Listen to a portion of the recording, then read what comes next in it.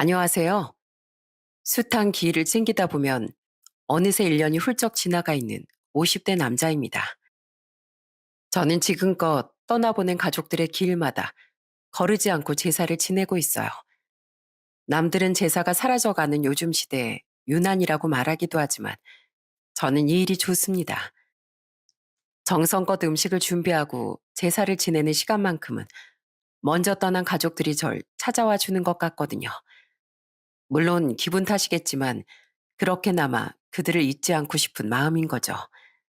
다른 분들께도 마찬가지겠지만 저희 가족은 저에게 남다른 의미가 있는 존재들이에요. 제 소중한 가족들에 대한 추억 이야기 함께 들어봐 주시겠어요?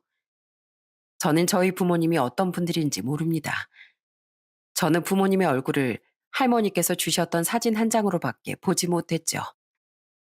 저희 부모님은 제가 돌도 되기 전 함께 살던 할머니께 저를 맡기고 지인 결혼식에 참석하고 들어오는 길에 교통사고로 그만 한날 한시 세상을 떠나셨거든요. 원체 가난했던 집이었기에 할머니는 이후 홀로 폐지를 주우며 저를 키워주셨습니다. 그런 할머니 덕에 저는 아르바이트를 하며 빠듯하게나마 대학도 졸업할 수 있었어요. 그냥 취업을 하려고 했지만 할머니께서 대학은 무조건 가야 한다며 결사반대를 하셨었죠. 그리고 대학 졸업장 덕에 저는 나이 27에 꽤 괜찮은 회사에도 취업할 수 있었어요. 할머니, 이젠 이 손주가 할머니한테 평생 효도하면서 살게요. 그러니까 꼭 오래오래 건강하셔야 돼요. 저는 힘들게 절 키워주신 할머니를 평생 모시고 살며 효도하겠다고 다짐했습니다. 때문에 결혼 생각은 크게 없었는데 당시 다니던 직장 동료였던 2살 어린 아내가 제게 적극적으로 먼저 다가와 줬어요. 저는 엄한 남의 집 딸을 저희 할머니를 함께 모시며 고생시키고 싶지 않아 마음에 있던 아내를 밀어냈는데 저도 사람이었던지라 결국 아내에게 마음이 무너지고 말았던 거예요. 그리고 연애 시절 저희 할머니 이야기를 듣고 당연히 자신도 저희 할머니를 함께 모시고 싶다던 아내의 고마운 말에 결혼을 결심하게 됐죠. 저는 장인 장모님께 첫 인사를 드리러 간 날 할머니에 대해 직접 말씀드렸습니다. 귀하게 키운 딸을 데려다 고생시키면 어쩌냐며 결혼을 반대하신데도 겸허히 수용하겠다는 각오를 하고 말입니다. 하지만 장인 장모님은 그런 제게 따뜻하게 말씀해 주시더라고요. 지숙이에게 이미 대충 이야긴 들어서 알고 있네. 그런데 왜 이렇게 떠나? 왜? 나랑 집사람이 반대라도 할까봐? 이복의 문호군. 난 얼마 전에 공무원 퇴직하면서 여기저기 집사람 국밥집 쉬는 날엔 같이 봉사활동 다니면서 살고 있네. 얼마 전엔 독거노인들을 위한 봉사도 다녀왔는데 평생 힘들게 자식들 키우고 난 뒤 자식들에게 버림받고 홀로 사는 노인분들이 참 많더라고. 그런 금수 같은 자식들도 천지에 널린 마당에 할머니께 키워주시는 애 갚겠다고 결혼까지 하지 않으려고 했던 자네가 얼마나 기특하게 느껴졌는지 아나. 이 양반 말이 맞아, 문호군. 우린 자네 이야기를 듣고 우리 지숙이가 사람 볼 줄 아는 사람으로 자라준 것 같아. 참 기뻤다네. 장인 장모님은 제 손을 잡고 마음이 간질거릴 정도로 다정한 환영 인사를 해주셨습니다. 그렇게 아내와 전 결혼을 했어요. 저는 당시 할머니와 둘이 살던 작은 전셋집을 나와 그 돈을 합쳐 대출을 껴서 방 3개짜리 빌라를 샀습니다. 그때만 해도 지금처럼 집값이 천정부지로 뛰었던 때는 아니었으니 가능했던 일이었죠. 그리고 그 집에서 아내와 전 할머니를 모시고 신혼생활을 시작했어요. 할머님, 진지 잡수세요. 응, 새아가 네가 있으니까 집이 꽃이라도 핀 것처럼 환해진 것 같구나. 나아가 널 보기만 해도 기분이 참 좋아진단다. 할머니는 아내를 처음 봤을 때부터 굉장히 마음에 들어 하셨습니다. 아내는 저희 할머니께 마치 자기가 친손녀라도 되는 듯 정말 살갑게 굴었어요. 게다가 어찌나 저희 할머니께 잘해주는지 가끔은 정말 눈물이 날 정도로 고맙더라고요. 할머님, 우리 같이 장 보러 가요. 저 좋은 과일, 좋은 나물 고르는 법 좀 알려주세요. 저 할머니랑 데이트하고 싶어요. 할머님, 오늘 산책 한 번도 안 하셨죠?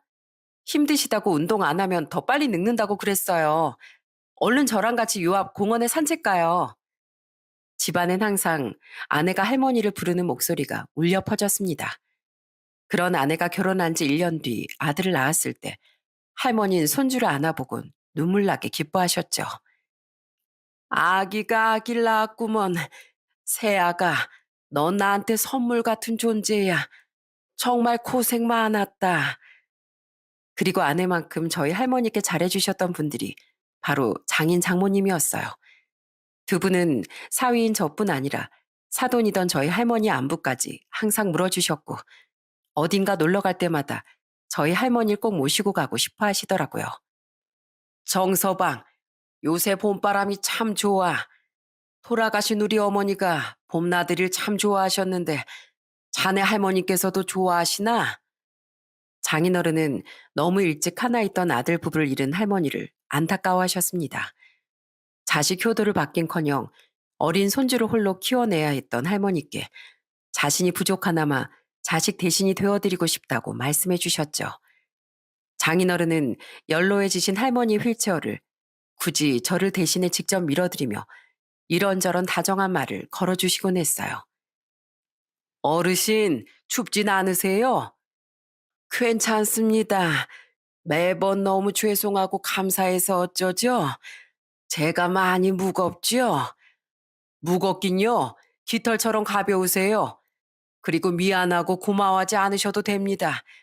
오히려 돌아가신 저희 부모님이나 장인 장모님께 못해드렸던 효도를 이렇게 어르신께나마 할 수 있게 돼서 저희가 감사한데요. 또한 장인 장모님은 저희 할머니 생신에도 선물까지 들고 집으로 찾아와 함께 축하를 해주셨어요. 어르신, 이건 제가 자식 같은 마음으로 드리는 용돈입니다. 저희 집사람이 어르신 외출할 때 편하게 입으실 개량 한복도 사왔어요. 아이고, 고맙습니다. 우리 문호가 장가를 잘 가서 할미인 저까지 늙음하게 호살 누리네요.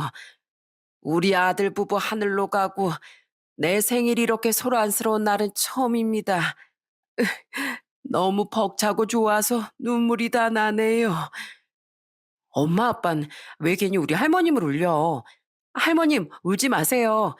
내년 생신도 또 다음 생신도 항상 떠들썩할 텐데 벌써 이렇게 우시면 어떡해요.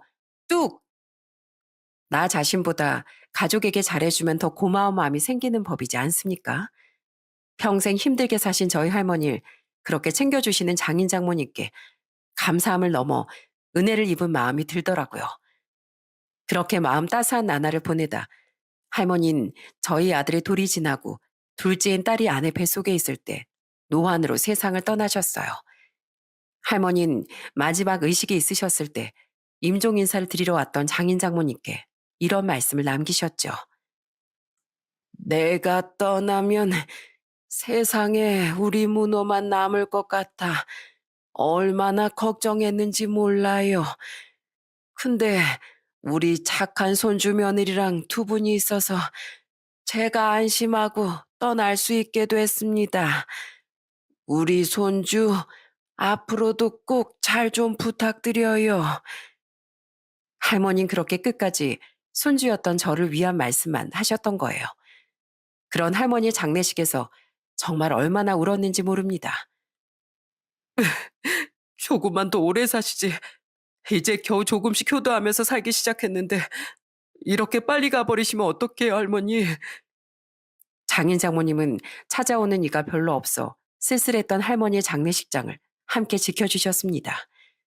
그리고 그 이후 너무도 많이 힘들어했던 절 정말 많이 챙겨주셨죠. 특히 장인어른은 장모님처럼 제게 자주 전화를 걸어 안부를 묻기도 하셨지만 직접 제 직장 근처로 퇴근 시간에 찾아와 종종 제게 술을 사주시기도 했어요. 당시 아내는 첫애를 낳고 직장을 그만둔 상태라 회사는 저 혼자 출퇴근을 했었거든요. 집사람 도와주러 빨리 집에 가봐야 하는데요, 장인어른. 자네 장모가 일찍 가게 문 닫고 가 있네.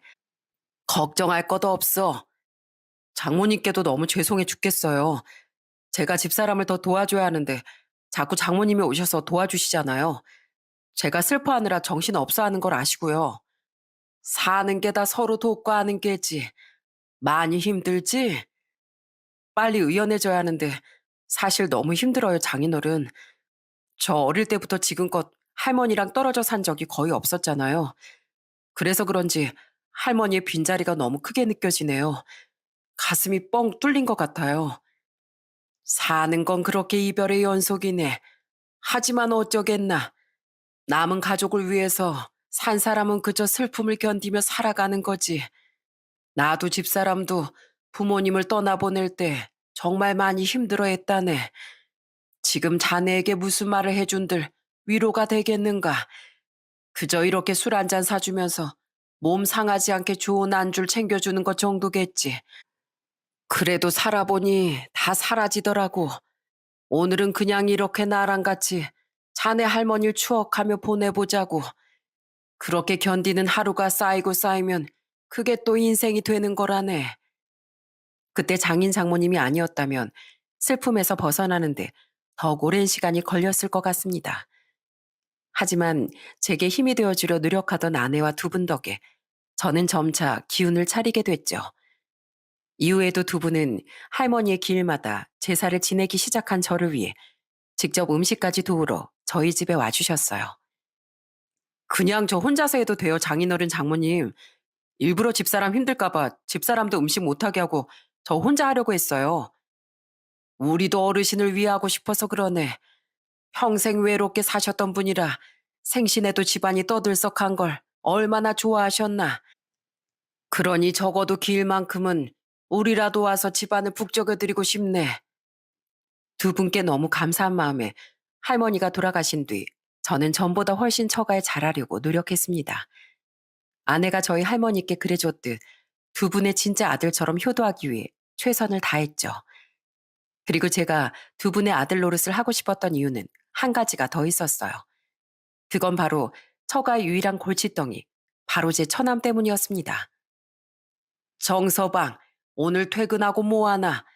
별일 없으면 나랑 소주 한잔 하지. 좋죠. 그런데 장인어른 목소리가 왜 이렇게 안 좋으세요? 설마 또 천안 왔다 갔어요? 맞네.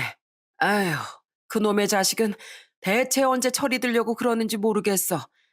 그 애가 예전에 갑자기 다니던 공장 때려치우고 사업한다고 했을 때 그 사업 자금을 대주는 게 아니었네. 그때 잠깐 사업 맛을 본 뒤로 몇 번을 망하고도 정신 못 차리고 계속 사업 욕심만 내지 않나. 그러다가 이혼까지 한번 당했으면서도 말이야. 처음엔 나도 자식 일이니까 마음이 약해서 몇 번 돈을 대줬는데 내가 문제였네. 애초에 몇 번 줘버릇했으니 그놈이 돈 무서운 줄도 모르고 계속 사업에 꼬라박는 거 아닌가. 이젠 내가 돈을 절대 못 준다고 하니까 글쎄 그놈이 겁도 없이 주식으로 사업 자금 벌어보겠다고 대출까지 받았던 모양이야. 결국 그 돈 전부 잃고 자기 길바닥에 나앉게 생겼다고 찾아와서 발악을 하더라고.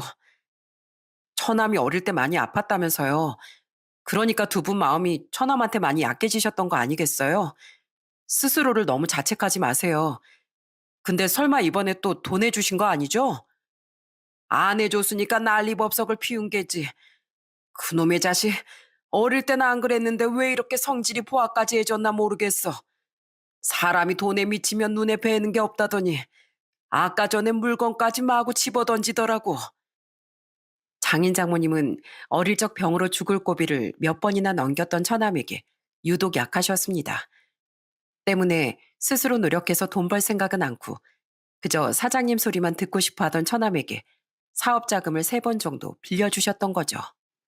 하지만 제가 결혼하기도 전에 일찍 결혼했다가 이혼당하고 그 뒤로도 계속 망하면서도 뻔뻔하게 돈을 요구하던 처남을 보고 그제야 우리가 자식을 더 망쳤구나 싶어 제가 30대 후반에 들어서던 시기부터 돈을 주지 않기 시작하셨어요. 그러자 처남은 날이 갈수록 사납게 돌변하며 가끔 처가를 찾아가 그렇게 난동을 피웠던 겁니다. 아내와 아이들과 함께 자주 처가를 갔던 저는 그 모습을 몇 번 직접 목격하고 호되게 혼을 내기도 했죠.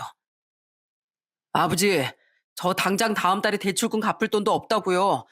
돈 줘요, 얼른. 넌 생전 오지도 않던 명절에 찾아와서도 돈 타령밖에 할 줄 모르냐? 이놈아, 너 요새 도박에까지 손대는 거 다 알아. 차라리 신용불량자가 되거라. 그럼 적어도 대출은 더 못 받겠지. 정돈이 필요하면 나가서 막노동이라도 해. 너한테 돈을 주는 건 널 더 망치는 일일 뿐이야. 돈 주기 싫으니까 괜히 핑계 대지 마세요. 나을 거면 머리를 잘나게 낳아주던가, 몸이라도 건강하게 낳아주던가, 둘 다 못할 거면서 날 왜 낳았어요? 망할 노인네들, 지옥에나 가버려요. 처남, 듣자 하니까 부모님께 못하는 말이 없어. 지옥에나 가라고? 왜 낳았냐고? 두 분 아니었으면 처남 이렇게 건강하게 이 자리에 서 있지도 못했을 거야. 게다가 두 분 돈을 몇 번이나 그렇게 뜯어갔으면 됐지. 어디 부모님께 그 나이 용돈을 드리지 못할 망정 돈 안 준다고 그런 막대 먹은 말을 해. 처남은 내 진짜 동생이었으면 주먹부터 맞았어. 매형이 무슨 상관이에요? 우리 부모님이 잘해준다고 매형이 뭐 진짜 친자식이라도 되는 줄 알아요? 부모도 없으면서 뭘 안다고 난리예요? 난 부모님은 안 계셨지만 나를 사랑으로 키워주신 할머니가 계셨어. 그리고 부모님 안 계신 나보다 처남은 훨씬 불쌍한 사람이야. 이렇게 훌륭하신 부모님 아래에서 배운 게 하나도 없는 가난한 사람이니까. 뭐라고요? 불쌍이요? 지금 말 다 했어요? 아, 혹시 매형, 우리 부모님 죽으면 남길 유산 노리고 이렇게 잘하는 척 하는 거예요? 꿈 깨세요. 우리 부모님 돈은 자식인 누나랑 나만 나눠 가질 거니까. 감히 어디서 멀쩡히 살아계신 자기 부모님 유산 타령을 해?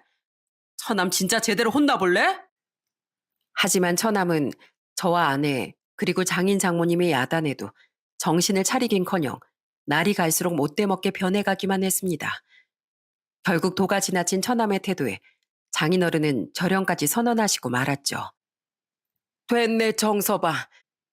내 아들 일이니 내가 나섬세. 규석이 이놈아. 내가 당장 죽는다고 해도 그동안 너한테 퍼부은 돈이 있으니 아마 네가 받을 돈은 거의 없을 거다. 앞으로 네가 아무리 찾아와도 난 너에게 돈을 줄 생각이 없어. 그리고 오늘부터 넌 내 자식도 아니다. 부모 유산 타령하고 지옥에나 가라는 말을 하는 널 보면서 우리 가슴에 대못이 박힐 걸 넌 분명 알고 있었을 게야. 그럼에도 불구하고 넌 네 기분을 주체 못하고 그런 말을 해댄 거 아니겠니? 그러니까 우리도 더 이상 네 인생을 걱정하지 않고 이제 남처럼 살련다. 만약 네가 또 찾아온다면 우린 그때 널 경찰에 신고할 거야. 그리고 너한테 마지막으로 돈을 빌려줬을 때 꼭 갚겠다는 네 말에 쓰게 했던 차용증이 있지? 그걸로 너한테 소송도 걸 거야. 어디 경찰차도 타고 나한테 없는 돈까지 토해내고 싶으면 또 찾아와 보거라. 장인어른은 차가운 눈으로 처남을 바라보셨습니다. 경찰과 소송 이야기에 길길이 날뛰던 처남은 흠칫하더군요. 그리곤 잠시 장인어른을 노려보더니 이렇게 악담을 하며 나가버리더라고요. 예, 갑니다 가요. 나도 부모 없는 셈 치고 살 테니까 어디 한번 잘 먹고 잘 살아보시오. 나한테 뭘 해주면 얼마나 해줬다고. 이딴 집안 아주 그냥 망해버려라. 그토록 지독하게 장인 장모님을 괴롭히던 처남은 그렇게 절연을 당하고 말았습니다. 그 뒤론 어디서 어떻게 사는 건지 소식 한번 전하지 않더라고요. 장인어른의 말이 아니라 정말로 소송당해 돈을 줘야 할까봐 겁을 먹었던 거죠. 내가 인생을 잘못 산 게야. 아무리 봉사하고 살면 뭐하나. 자식놈 하나 제대로 건사하지 못했는데. 여보, 울지 말아요. 잘 결정했어요. 세상엔 아무리 노력해도 뜻대로 안 되는 자식도 있는 법이잖아요. 장인어른은 언제 냉정했었냐는 듯 처남이 나가자마자 무너지듯 주저앉으며 흐느끼셨습니다. 장모님 또한 장인어른을 끌어안고 펑펑 눈물을 흘리셨죠. 사랑이 많은 분들이 자식을 끊어내셨으니 가슴이 얼마나 찢어지셨겠어요. 그날 이후 저와 아내는 두 분을 위로해드리려 더더욱 노력하며 살았습니다. 우리한테 남은 자식은 이제 지숙이 너뿐이구나. 그래도 너라도 이렇게 착하게 자라줘서 나랑 네 엄마가 얼마나 고마운지 모른다. 정서방, 자네가 규석이 그놈 대신 아들 노릇을 해줘서 우리가 덜 허전하게 살 수 있었네. 정말 고마워. 두 분 또한 하나 남은 자식인 아내에게 전보다 더 많은 심적 의지를 하셨습니다. 하지만 불행은 아무런 예고도 없이 아내를 덮쳐버렸죠. 거짓말하지 마. 여보, 나 이런 거 하나도 재미없어. 미안해, 여보. 나도 믿기지가 않았어. 근데 나 폐암 맞대. 그것도 사기래. 결혼한 지 8년 뒤 아내는 폐암 4기 판정을 받았습니다. 자꾸만 옆구리와 등에 통증을 호소하며 걸린 감기 몸살도 좀처럼 낫지 않아 아내는 큰 병원으로 가서 검사를 받았었어요. 그런데 그런 생각지도 못한 청천벽력 같은 이야기를 듣게 된 거죠. 나중에 어디서 들어보니 폐에는 감각신경이 없어 초기 증상 발견이 어려워 수많은 폐암 환자가 4기에 발견이 된다고 하더라고요. 아내는 이미 전이도 많이 된 상황이라 수술이 어려워 방사선과 항암 치료를 시작했습니다. 여보, 나 꼭 살 거야. 꼭 살아서 우리 애들 대학 가고 결혼하는 것도 보고 머리가 새하얘진 당신 머리도 내 손으로 꼭 염색해주고 싶어. 이미 너무 많은 이별을 한 당신한테 나까지 슬픈 기억을 심어주고 싶지 않아. 아픈 사람이 왜 내 걱정을 해? 당신 걱정을 해야지. 당신 안 죽어. 열심히 치료받으면 당신같이 늦게 발견된 사람도 오래오래 사는 경우도 많대. 있지, 여보. 예전에 당신이 나 엄청 열심히 쫓아다닐 때 기억해? 난 요즘 제일 후회되는 일이 하루라도 더 일찍 당신 마음을 받아주지 않았던 거야. 그랬으면 당신하고 보낼 수 있었던 시간이 조금이라도 더 길었을 테니까. 여보, 내가 더 이상 이런 후회하지 않게 꼭 오래오래 버텨줘야 돼. 꼭 살아야 돼. 알았지? 저와 아내는 눈앞의 현실을 외면하려 손을 잡고 끊임없이 먼 미래에 대한 꿈을 꾸었습니다. 저는 애들을 돌보느라 장인 장모님과 셋이서 번갈아 가며 아내를 간병했어요. 장인 장모님은 하나 남은 자식인 아내에게 항상 굳건한 모습을 보이셨죠. 엄마, 아빠, 나 진짜 죽으면 어떡하지? 나 너무 무서워. 죽긴 누가 죽니? 교수님도 그러잖아. 네 암세포가 조금씩이나마 작아지고 있다고. 이 아빠랑 네 엄만 네가 죽는다는 생각 한 번도 해본 적 없어. 그러니까 너도 약한 소리 하지 말고 얼른 나와서 네 애들 곁으로 돌아갈 생각이나 해. 하지만 저는 알고 있었습니다. 두 분은 아내가 속상해하고 약해질까봐 일부러 그런 모습만 보이려고 노력하셨다는 것을요. 저와 교대하고 집으로 돌아가는 길에 두 분이 참았던 눈물을 터뜨리시는 모습을 몇 번이나 봤었거든요. 다행히 아내는 모두의 바람처럼 조금씩 호전되는 모습을 보이더군요. 하지만 불행이라는 놈은 우리를 농락하듯 한순간에 아내를 앗아가 버리더라고요. 마음의 준비를 하셔야 될 것 같습니다.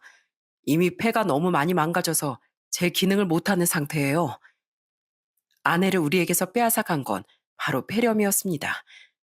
폐암 환자였던 아내에게 폐렴은 치명타나 다름없었죠. 아내는 마지막 순간에 우리에게 말하는 것조차 힘겨워하며 유언도 남기지 못했어요. 그저 마지막까지 아이들을 향한 미안함에 아이들 손을 놓지 못하고 눈을 감더라고요. 그리고 장인 장모님은 아내의 장례식장에서 언제 굳건한 모습을 보였냐는 듯 처참하게 무너지셨죠.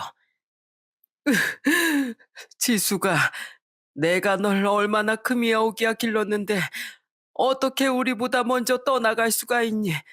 이 아빠도 데려가려무나. 널 살릴 수만 있다면 내가 대신 주구마. 장인어른은 아무도 눈물 없인 지켜보지 못할 정도로 서럽게 아내를 부르짖으셨어요. 장모님은 그 옆에서 아예 말씀도 못하시고 소리 없이 벽에 기대 눈물만 흘리셨죠. 한 번씩 견디지 못할 정도로 고통스러웠는지 가슴까지 내리치며 말입니다. 저 또한 죽고 싶을 만큼 힘들었어요.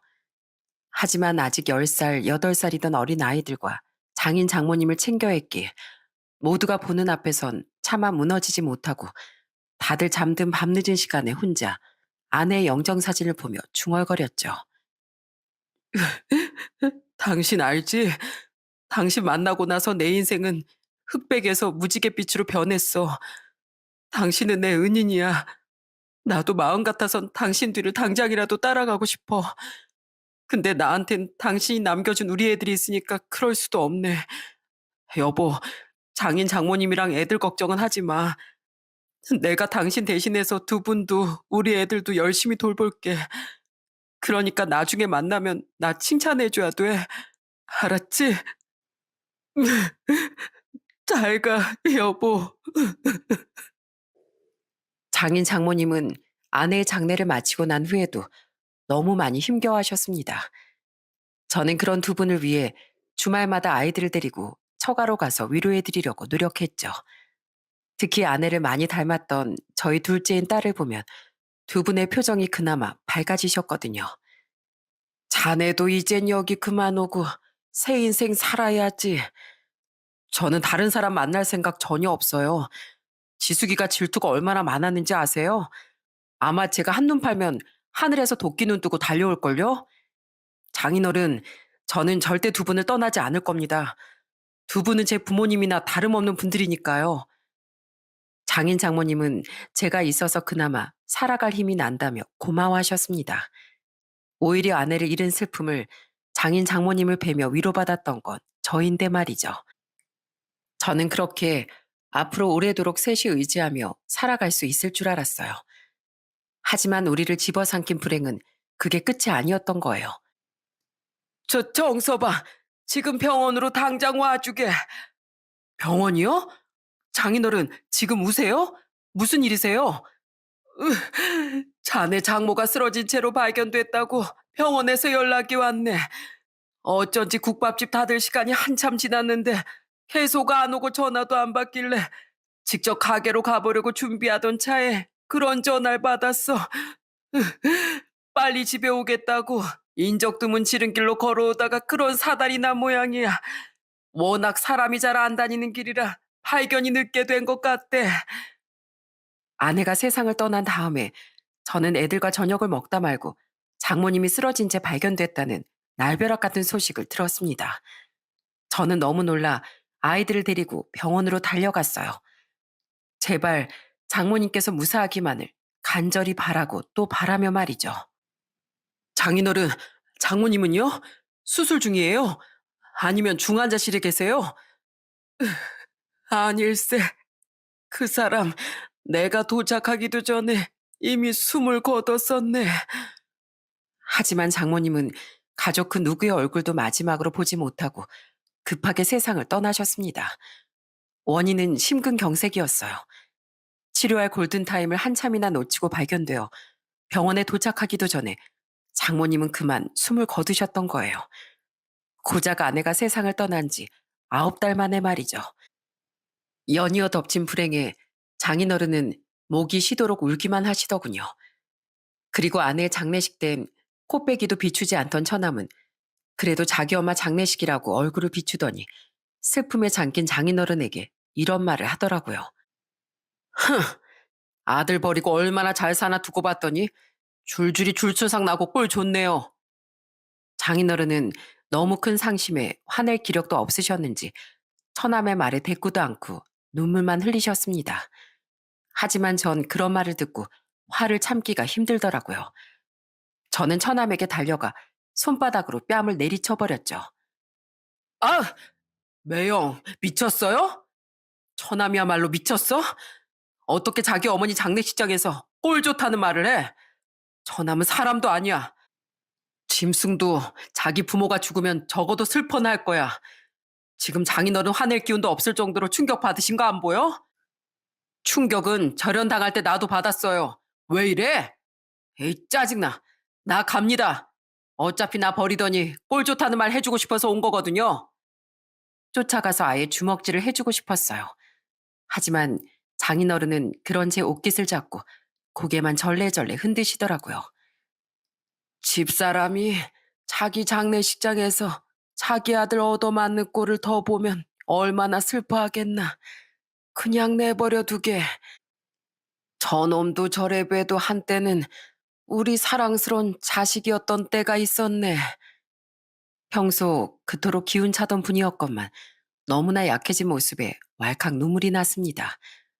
딸과 아내를 연이어 떠나보낸 장인어른은 장례가 끝난 후에도 좀처럼 기운을 차리지 못하셨어요. 저는 그런 장인어른을 챙기기 위해 노력했는데 문제는 장인어른의 상심이 마음의 병까지 불러일으켰다는 거예요. 장인어른은 언제부턴가 낮이고 밤이고 새벽이고 할 것 없이 제게 계속 전화를 거시더군요. 그리곤 제게 사시나무 떨듯 목소리를 떨며 불길한 말씀을 하시곤 했죠. 정서봐, 지금 어디 있나? 회사라고? 확실한가? 내가 꿈을 꿨는데 자네가 교통사고가 나서 머리에 피를 철철 흘리고 있었어. 어찌나 생생한지 도저히 꿈이 아닌 것 같아서 전화했네. 정말 괜찮은 거 맞지? 나 걱정할까봐 거짓말하는 거 아니지? 진짜 회사에 있는지 나한테 사진 하나만 찍어서 보내주게. 정서방, 자네 얼른 애들 학교로 좀 가봐. 내가 오늘 느낌이 영 이상한 게 애들 학교에 불이 날 것 같아. 뉴스를 봤는데 요새 건조해서 불길이 그렇게 빨리 퍼진다네. 정서방, 아무래도 우리 집이 계속 흔들리는 것 같네. 아파트가 무너지는 건 아닌가 싶어서 119에 신고도 했는데 와보더니 아무 문제 없다면서 날 이상한 사람 취급했어. 근데 아무래도 이상해서 나 계속 집 밖에 나와 있네. 자네가 와서 직접 확인 좀 해봐. 어. 그런 장인어른께 회사까지 조퇴하고 달려가 안심시켜드린 것이 정말 한두 번이 아니었습니다. 결국 저는 장모님이 돌아가신 지 3달 만에 살던 집을 팔고 아이들과 함께 장인어른 댁으로 들어가게 됐어요. 장인어른은 그런 제 손을 잡고 눈물까지 흘리며 고마워하셨죠. 아니에요, 장인어른. 오히려 더 빨리 제가 이렇게 했어야 했는데 집사람이랑 살던 그 집을 차마 떠나기가 힘들어서 망설였던 거예요. 장인어른도 장모님하고 사시던 이 집을 떠나고 싶어 하지 않으셔서 집으로 모실 수도 없었잖아요. 장인어른, 이제 저랑 저희 애들이 항상 곁에 있을 거니까 혼자서 불안에 떨지 마세요. 저는 장인어른을 정신과 병원에 직접 모시고 갔습니다. 아무래도 아내의 죽음에 이어 장모님의 갑작스런 죽음까지 겪은 장인어른이 심한 불안장애를 앓고 계신 것 같았거든요. 아니나 다를까 장인어른은 불안장애와 우울증 판정을 받으셨죠. 그리고 그 우울증은 곁에 저와 손주들이 있었음에도 불구하고 점점 심해져 나중엔 조울증 판정까지 받으셨어요. 조금 들뜨는 정도의 경증 조증 현상과 극도의 우울증이 동반되신 겁니다. 정서봐, 나 잠드는 게 너무 무섭네. 자꾸만 누군가 쫓아오는 꿈을 꿔. 아니면 자네나 우리 손주들이 다치는 꿈을 꾸고 말이야. 괜찮아요, 장인어른. 다 꿈일 뿐이에요. 병원에서 약 처방도 해줬으니까 분명 효과가 있을 거예요. 저는 회식 한번 참여하지 않고 일을 할 때가 아니면 무조건 장인어른 곁에 붙어 있었습니다. 주말이면 불안해하는 장인어른의 마음을 환기라도 시켜드리고 싶어 아이들과 함께 장인어른을 모시고 이곳저곳 다니기도 했죠. 저는 그 와중에 장인어른을 열심히 병원에도 모시고 다녔는데 언제부턴가 장인어른은 가끔씩 환각까지 보시기 시작했어요. 정서방, 지금 내 눈이 제대로 된 게 맞나? 자네 장모랑 우리 딸이 지금 저기 서 있는 거 자네도 보여? 네? 무슨 말씀이세요, 장인어른? 저긴 식탁밖에 없는데요. 아니야, 난 똑똑히 보여. 지금 날 보면서 둘이 웃고 있잖아. 처음 장인어른의 말을 들었을 땐 귀신이라도 보셨나 싶어 두 팔에 소름이 쫙 돋았습니다. 저는 보통 문제가 아니다 싶어 장인어른을 다음날 즉시 다시 병원에 모시고 갔죠. 의사는 우리에게 불안장애가 심해지면 환각이나 환청이 동반될 수도 있다고 하더라고요. 차라리 입원 치료 받는 건 어떠시냐고 장인어른께 권해도 봤는데 장인어른은 그것만은 결사반대를 하시더라고요. 이후 저는 장인어른의 약을 꼬박꼬박 챙겨드리며 전보다 더 자세히 장인어른을 살피게 됐어요. 난 나을 수 있겠지, 정서봐. 그럼요, 장인어른. 장인어른은 너무 큰 충격을 받으셔서 마음까지 다치신 거예요. 상처가 크면 낫는 속도도 그만큼 더딘 법이잖아요. 제가 열심히 돕고 있으니까 아무 걱정 마세요. 저는 불안에 떠는 장인어른을 위해 매일 장인어른을 옆에서 직접 재워드리기도 했습니다. 마음이 약해지자 장인어른은 날이 갈수록 어린애처럼 변하셨어요. 저는 그런 장인어른 옆에 누워 어릴 적 할머니가 제게 그래주셨듯 장인어른의 배 위에 손을 올려 토닥여 드렸죠. 정서방, 나 잠들 때까지 가면 안 되네. 안 가요, 장인어른. 제가 이렇게 옆에 있으니까 안심하고 주무세요. 차라리 이렇게 잠들어서 영원히 깨지 않았으면 좋겠네. 그럼 더 이상 이렇게 고통스러운 슬픔을 견딜 일 없이 편하게 집사람이랑 지숙이 곁으로 갈 수 있을 텐데 말이야. 저는 그런 장인어른의 말을 들으며 조용히 눈물만 흘렸습니다. 얼마나 괴로우시면 저런 말을 하실까 싶다가도 장인어른마저 떠나면 나는 어쩌나 싶어 서글퍼지기도 했죠. 저는 한참 뒤 새근새근 잠이 드신 장인어른의 배를 여전히 두드리며 나지막이 말했어요. 오늘은 악몽 꾸지 말고 꼭 편히 주무세요, 장인어른. 이 사위가 항상 지켜드릴 테니까 아무 걱정 마시고 슬픔도 이 사위한테 전부 덜어내세요. 다행히 치료 덕분인지 조금씩이나마 장인어른은 증세가 호전되셨습니다. 병적인 증세가 심해질 때가 아니면 장인어른은 조금씩 웃기도 하는 등 일상생활을 무리 없이 해내시더군요. 평소 장인어른은 저와 손주들에게 여전히 좋은 분이었죠. 장인어른, 이따가 설거진 제가 할 테니까 식사하고 들어가서 먼저 쉬세요. 밥도 장인어른이 차려주셨잖아요. 아니야. 다들 회사 다니랴 학교 다니랴 힘든데 집에서 노는 내가 해야지. 그게 내 마음이 편해. 할아버지, 설거지는 앞으로 저랑 희망이가 돌아가면서 할게요. 할아버지한테 집안일 시킨다고 손주들이 밖에서 욕먹어요. 장인어른은 그렇게 말렸는데도 청소와 빨래, 요리 등 모든 집안일을 도맡으려고 하셨어요. 저와 아이들은 그런 장인어른께 억지로 빼앗아서 집안일을 하곤 했죠. 하지만 어느 정도 소일거리를 만들어 드리는 것이 장인어른의 정신 건강에 오히려 좋다는 의사의 말에 장인어른께서 가장 좋아하고 뿌듯해 하시던 음식만큼은 조금 가벼운 마음으로 맡겨드렸습니다. 저는 장인어른을 모시고 아이들과 함께 이곳저곳을 정말 많이 놀러 다녔어요. 조개구이를 좋아하시던 장인어른을 위해 서울 근교 바닷가로 조개구이를 먹으러 자주 가기도 했죠. 장인어른은 치료를 위해 술을 멀리하게 됐는데 저는 그런 장인어른을 위해 함께 술을 끊었습니다. 자, 장인어른, 밖에 나왔으니 한잔 하셔야죠. 이모님, 여기 사이다 2개 주세요. 소주잔도요. 장인어른, 우리 기분도 낼 겸 소주잔에 사이다 따라서 먹어요. 자자, 태윤이 희망이도 유리잔에 사이다 따르고 우리 짠하자. 짠! 장인어른의 건강을 위하여! 또한 시간이 흐른 뒤 저는 어느덧 몸이 쇠약해져 그토록 좋아하던 등산을 못하시게 된 장인어른을 직접 얻고 종종 뒷산에 오르기도 했습니다. 비록 힘들긴 했지만 운동도 되고 무엇보다 좋아하시는 장인어른을 보니 저도 참 좋더라고요. 아이고 세상에, 혼자 오르기도 힘든 산을 아버지를 얻고 올라가는 거요? 어르신, 아들 잘 둬서 좋으시겠어요. 아들 아니고 사입니다. 하긴 아들이나 짐배 없긴 하죠.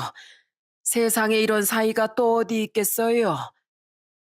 가끔 아주머니 아저씨들이나 할아버지 할머님들은 저를 보며 대견하다고 말해주셨습니다. 그럴 때마다 장인어른은 으쓱해하며 사위 자랑을 하곤 하셨죠. 장인어른은 뒷산 중턱에 있던 벤치에 앉아 동네를 내려다보는 걸 좋아하셨어요. 그러다 한 번은 이렇게 중얼거리시더군요. 여보, 여기 참 좋지? 당신 살아생전에 둘이 같이 참 자주 왔었는데 지수가 보이니? 나랑 네 엄마가 평생 너를 낳고 키웠던 이 동네가 말이야.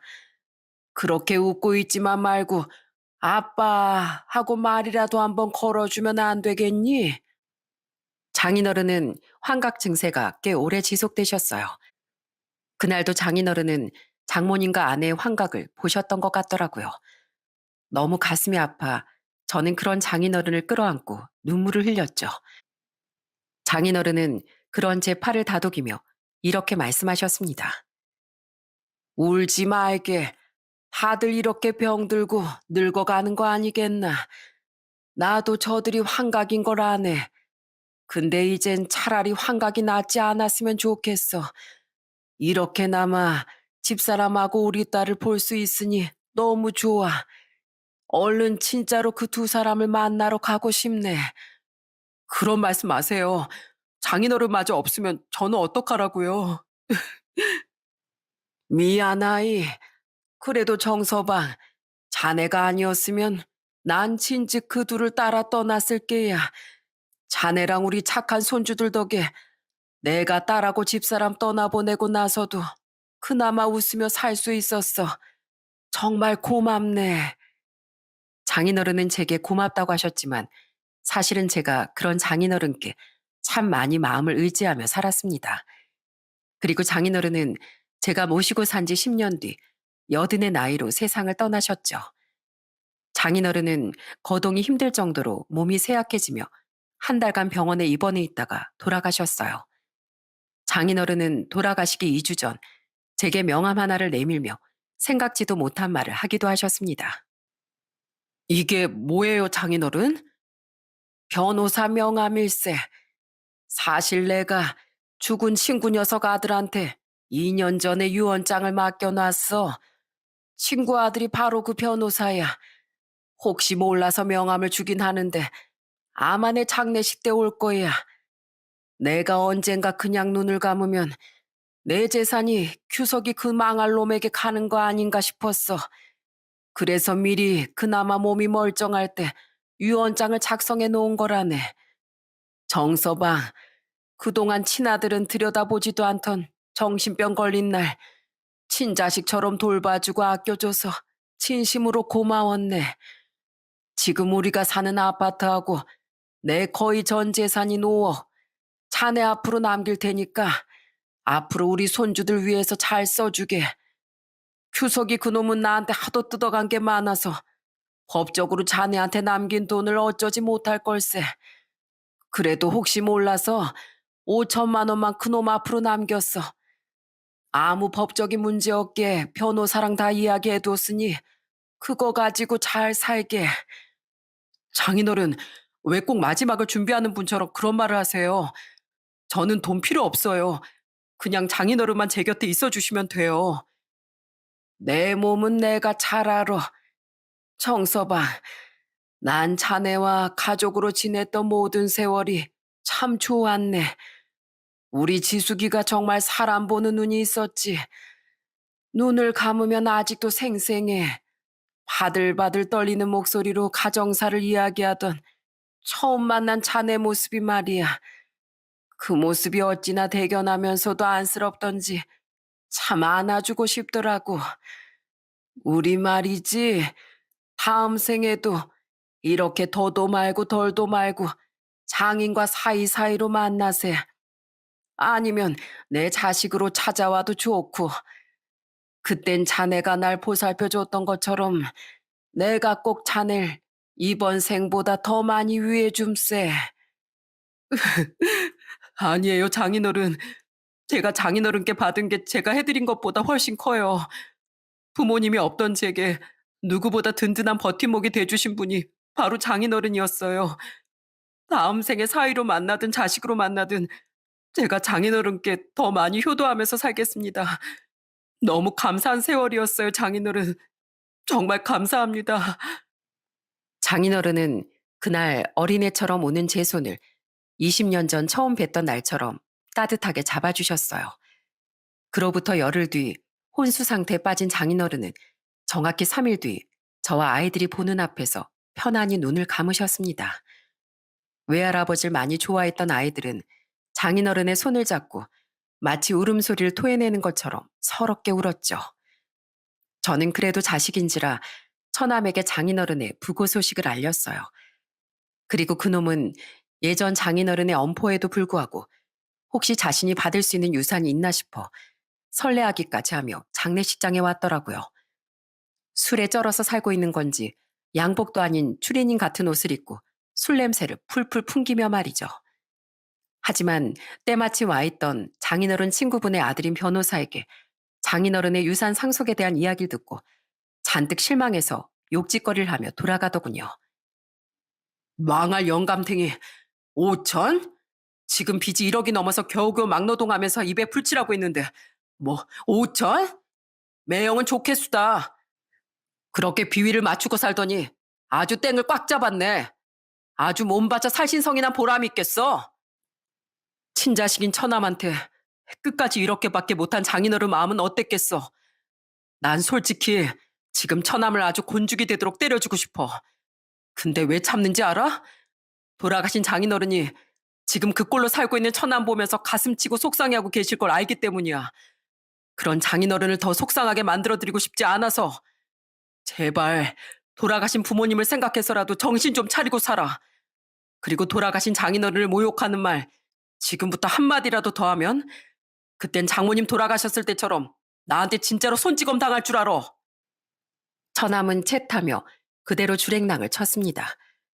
그게 장인어른이 돌아가신 지 1년이 지난 지금껏 본 처남의 마지막 모습이었죠.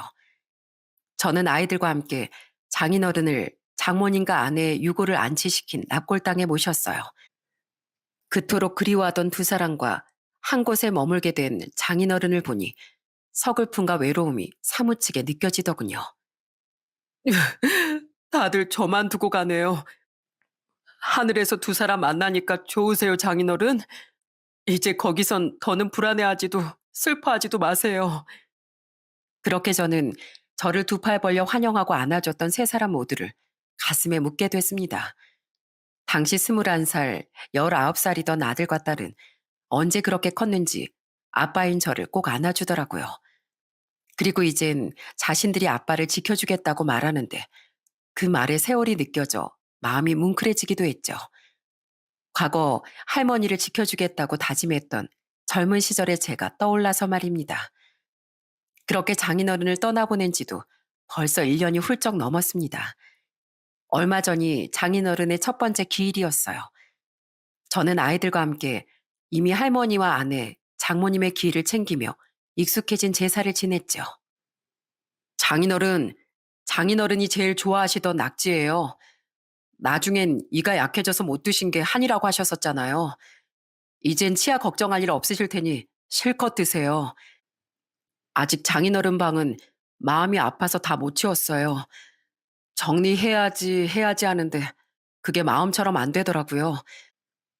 그래도 급할 건 없으니 조금 천천히 장인어른을 잃은 슬픔을 정리해도 괜찮죠? 보고 싶어요, 장인어른. 솔직히 아직 전 장인어른을 보낸 슬픔에서 빠져나오지 못했습니다. 하지만 아빠 걱정에 여념이 없는 아이들을 위해서 씩씩한 모습을 보이려 노력하며 살고 있죠. 제 자식으로서의 삶과 남편으로서의 삶은 이렇게 숱한 이별을 거치며 끝이 났어요. 그러니 이제 저는 아빠를 끔찍이 위하는 우리 아이들을 위해서 아빠로서의 삶에 마지막까지 충실하려고 합니다. 그렇게 열심히 살다가 하늘에서 저를 걱정하며 기다리고 있을 할머니와 아내, 그리고 장인 장모님 곁으로 떠나고 싶네요. 어디선가 그러더군요. 인생이란 수많은 만남과 이별의 연속이라고요. 그리고 어쩔 수 없이 나이가 들어가며 찾아오는 것, 만남보다는 이별이 많아지는 것 같습니다. 하지만 저는 이제 막 20살, 22살이 된 우리 아이들이 다가올 이별을 두려워하지 않고 앞으로 살아가며 저처럼 좋은 인연들을 많이 만났으면 좋겠어요. 그렇게 쌓인 인연은 추억이 되고 그런 행복한 추억들이 쌓여 결국 좋은 인생이 되는 거니까요. 비록 이별한 후엔 고통스러운 슬픔을 겪게 되긴 하지만 과거 제가 아내와 인연을 맺었던 걸 후회하지 않듯 저희 아이들도 의연하게 슬픔을 견딜 수 있는 단단한 사람으로 성장했으면 좋겠습니다. 다만 한 가지, 부디 저희 아이들에게 장인어른과 제가 겪어야 했던 연이은 이별만큼은 찾아오지 않기를 간절히 바라고 있죠. 여러분은 지금 새로운 만남을 경험하고 계신가요? 아니면 두 번 다시 겪고 싶지 않은 서글픈 이별을 맞이하진 않으셨나요? 여러분께서 어떤 시기를 보내고 있든 단 한순간도 잊고 싶지 않을 만큼 소중한 매일이 되셨으면 좋겠습니다. 저보다 훨씬 많은 만남과 이별을 겪으며 지금에 다다르신 여러분의 인생에 존경과 응원의 박수를 보낼게요. 굳건히 살아내느라 수고하셨습니다. 그리고 앞으로도 행복한 수고가 이어지시길 응원합니다.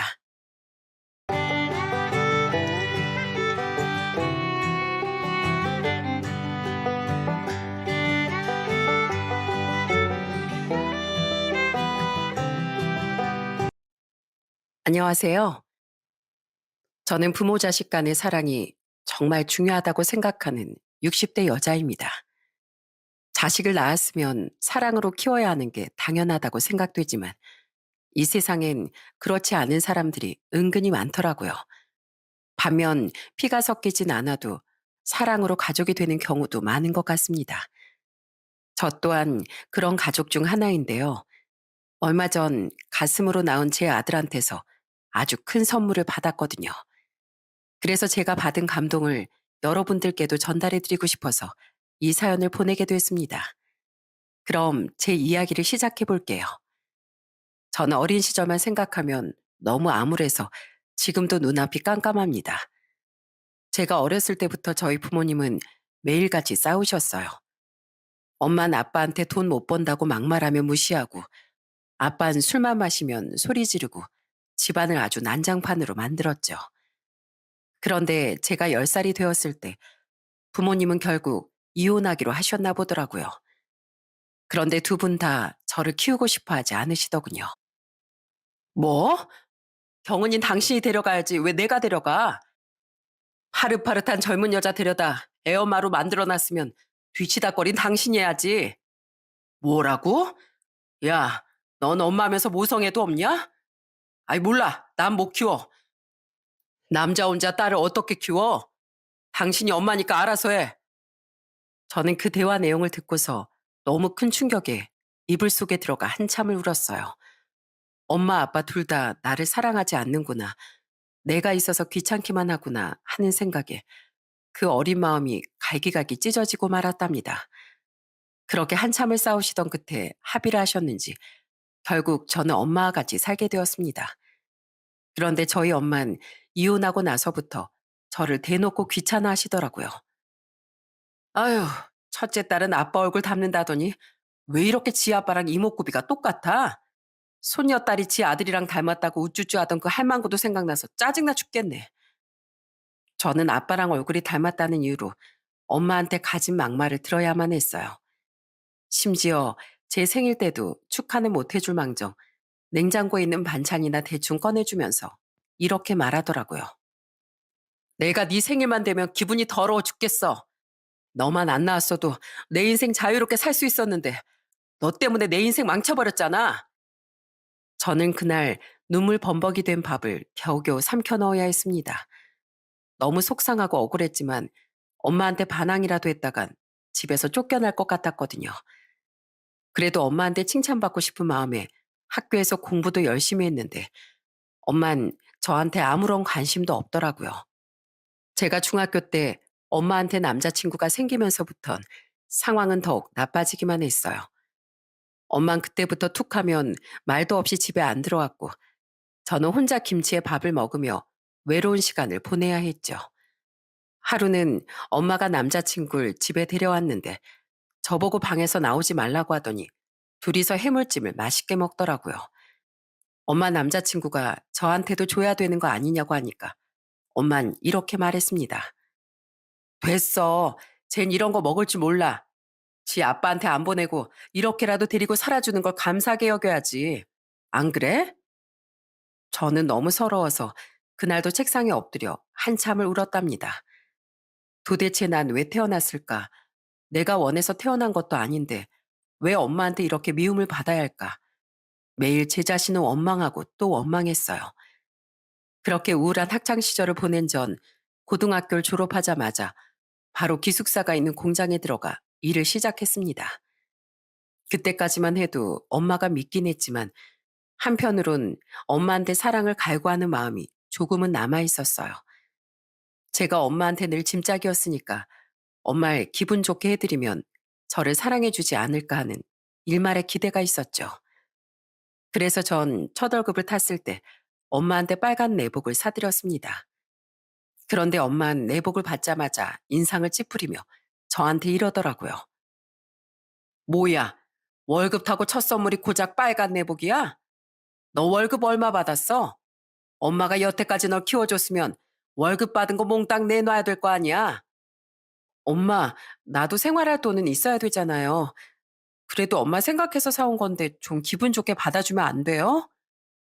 저는 그렇게 그날도 큰 상처를 받고 기숙사로 돌아왔습니다. 엄마의 고맙다는 말, 대견하다는 말 한마디를 바란 것 뿐이었는데 그건 저의 너무 큰 바람이었더라고요. 그런데 엄만 그날 이후에도 저를 볼 때마다 계속 키워준 값을 운운하면서 돈을 달라고 난리를 치더라고요. 그러다가 어느 순간 그런 의문이 들었습니다. 과연 엄만 나랑 돈 중에서 뭘 더 중요하게 생각할까? 라는 의문이요. 그래서 저는 몇 날 며칠 고민을 하다가 공장을 다니며 모았던 500만 원을 들고 엄마를 찾아갔어요. 그리고 엄마한테 돈 봉투를 내밀며 이렇게 말했죠.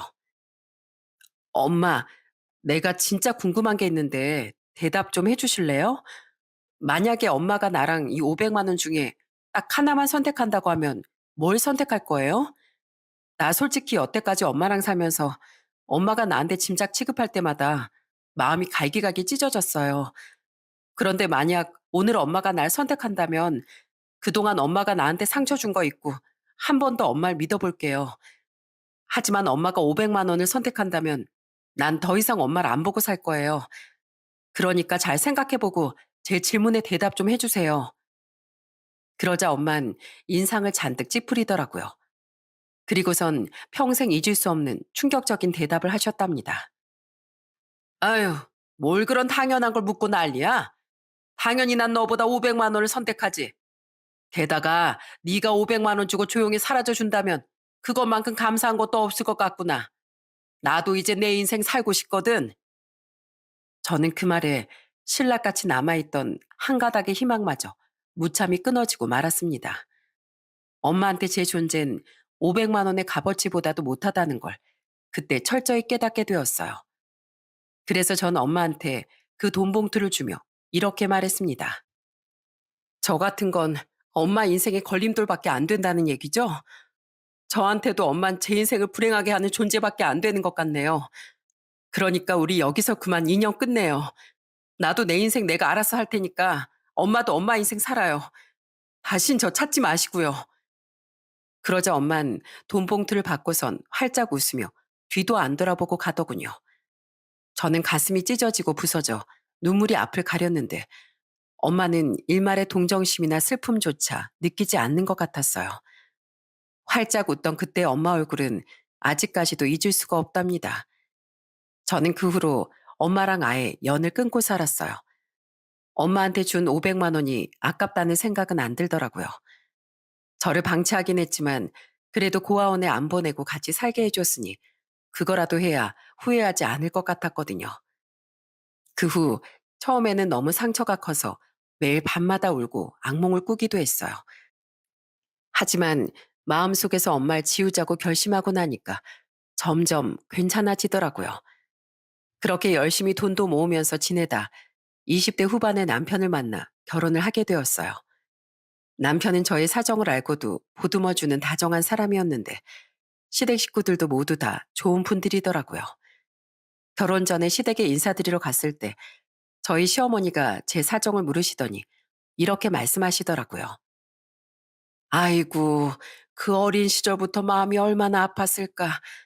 그런데 이제 걱정하지 말거라. 여태까진 외롭게 살았지만 이젠 그럴 필요 없단다. 우리 아들도 있고 우리 가족들도 있잖니. 이렇게 시부모와 며느리로 만난 것도 인연이니 앞으로 우릴 부모라고 생각하고 마음껏 의지하려무나. 저는 시어머니의 그 말씀에 너무 감동을 받아 펑펑 울고 말았어요. 첫 인사 자리에서 저도 모르게 그런 모습을 보여 너무 죄송했지만 시어머니는 그런 저를 따뜻하게 안아주시더라고요. 결혼 후에도 저희 시댁 식구들은 저한테 무척이나 잘해주셨어요. 결혼 후 제 첫 생일날엔 시어머니가 상다리가 휘어지게 생일상도 차려주시고 옆에선 시숙이 기타까지 연주하면서 생일 축하 노래를 불러주더라고요. 재수 씨, 생일 축하해요. 앞으로 재수 씨 생일 축하 노래는 제 담당이니까 맡겨줘요. 형, 내가 남편인데 노래는 내가 담당해야지. 왜 형이 담당해? 여보, 앞으로 매년 당신 생일마다 이렇게 가족끼리 모여서 파티하자. 당신이 그동안 생일 케이크 하나 못 받아보고 서럽게 살았던 세월, 나랑 우리 가족이 다 보상해 줄게. 그뿐만이 아니었어요. 하루는 시댁에 갔는데 제가 옷을 얇게 입어 추워 보인다며 시어머니가 제 외투 단추도 직접 여며주시더라고요. 저희 엄만 제가 춥든 말든 관심도 없었는데 그런 시어머니를 보고 엄마의 사랑이 이런 거구나 하는 느낌을 받았답니다. 저는 결혼하고 나서 이제야 제대로 된 가족을 찾은 것 같다는 생각이 들었습니다. 명절 땐 친정에 갈 일도 없으니 3일 내내 시댁에서 지내면서 즐거운 시간을 보냈어요. 음식도 하고 고스톱도 치고 시어머니랑 같이 목욕탕에 가서 서로 등도 밀어줬죠. 평생 누려보지 못한 행복이 한꺼번에 몰려오니 이게 꿈인 게 아닌가 싶을 정도였답니다. 그런데 결혼한 지 1년도 안 됐을 때 다시는 보고 싶지 않던 사람이 저를 찾아왔어요. 이제는 남이라고 생각했던 엄마가 제가 일하던 공장에 찾아온 거예요. 저는 엄마를 보자마자 이렇게 말했습니다. 아줌마, 여긴 갑자기 왜 찾아온 거예요? 제가 이제 영 끊자고 했잖아요. 어머, 아유 엄마한테 아줌마라니. 설마 너 아직도 삐져 있는 거야? 그나저나 너 일하면서 모은 돈 얼마나 있니? 엄마가 급하게 돈이 좀 필요한데 네가 좀 도와주면 안 될까? 그럼 그렇지. 아줌마가 나한테 할 얘기라곤 돈 얘기밖에 없죠? 그런데 제가 왜 도와줘야 되는데요? 딸보다 돈이 더 소중해서 그 500만 원 받고 떠났으면 앞으로 나한테 도움받을 생각은 하지 말았어야죠. 아이, 왜 그래? 그래도 내가 널 배 아파서 낳아줬는데 조금 서운하게 했다고 이렇게까지 해야겠어? 내가 그 돈이 없으면 당장 빚더미에 오를 상황이라서 그래. 조금 서운하게 했다고요? 아줌마한테 10년도 넘는 시간 동안 딸을 방치하고 짐작 취급한 게 조금 서운한 정도로 끝날 일이에요? 난 아줌마가 나한테서 500만 원 받아간 그날 이후로 나한테 부모 같은 건 없다고 생각했어요. 아줌마가 아무리 빚더미 오른다고 해도 나하고는 상관없는 일이라고요. 돈 때문에 딸까지 버렸으면서 왜 잘 살고 있는 내 인생에 나타나 사람 기분을 더럽게 만들어요? 더럽다니? 너 지금 그게 엄마한테 할 소리니? 엄마 아니라고 했잖아요. 나 아줌마한테 10원 한 푼 줄 수 없으니까 당장 돌아가요. 돈이 필요하면 직접 일을 하던지 또 남자 하나 물어서 기대 살던지 알아서 하라고요. 알겠어요? 저는 그렇게 말하고선 엄마를 쫓아내버렸어요. 다 잊고 행복하게 살고 있었는데 갑자기 불행했던 어린 시절이 떠오르면서 눈물이 쏟아져 나오더라고요. 그날 집에 돌아가 펑펑 울던 절 남편이 따뜻하게 안아주며 위로해줬답니다. 다행히 그 이후로 엄마가 다시 절 찾아오는 일은 없었습니다. 그래서 저는 다시 마음을 추스를 수 있었죠. 그런데 그 일이 있고 나서 몇 달 안 되어 저희 시숙이 결혼을 하게 되었어요. 그런데 형님이 조금 철이 없는 성격인 것 같더라고요. 하루는 시댁에서 시아버지가 저랑 형님 가져가라고 사과를 봉투에 담아주신 적이 있었는데 집에 갈 때 보니까 형님 봉투가 훨씬 큰 거예요. 그걸 보고 시아버지가 형님한테 이렇게 말씀하셨어요. 잠깐만, 내가 분명히 똑같은 개수를 넣었는데 봉투 크기가 왜 이렇게 달러? 큰애 너 설마 작은 애 거 몇 개 덜어갔냐? 어머, 어떻게 하셨어요? 아버님 눈썰미가 장난 아니시다. 사실 제가 사과를 엄청 좋아하거든요. 그런데 왜요? 그러면 안 돼요? 당연히 안 되지. 내가 일부러 똑같이 나눠준 건데 그걸 왜 네 마음대로 더 가져가? 사람이 그렇게 욕심 부리면 못 쓰는 거야. 겨우 사과 몇 개 가지고 치사하게 왜 그러세요? 저는 너무 황당했지만 형님하고 친하게 지내고 싶은 마음에 좋게 좋게 얘기를 했답니다. 형님, 설마 제가 형님한테 몇 개 더 드리는 거 아까워할까봐 몰래 가져가신 거예요? 뒤에서 그러지 말고 다음부턴 그냥 저한테 솔직하게 얘기하세요. 제가 가져가도 된다, 안 된다 말씀드리면 되잖아요. 아, 그러면 되겠네. 그럼 다음부턴 동서한테 먼저 얘기할 테니까 나한테 양보 좀 해줘. 알았지? 그래도 형님은 얘기하면 잘 받아들이고 애교도 많은 성격이라 큰 문제가 되진 않았어요. 그렇게 형님이랑도 잘 지내고 있었는데 저희 둘의 공통적인 걱정이 하나 있었어요. 저도 형님도 애가 안 생겼거든요. 그런데 형님이 결혼한 지 4년이 되었을 때 갑자기 5살짜리 남자아이를 입양하겠다고 하는 거예요. 깜짝 놀라서 어떻게 된 일이냐고 물어보니까 시숙이 저한테 이러더군요.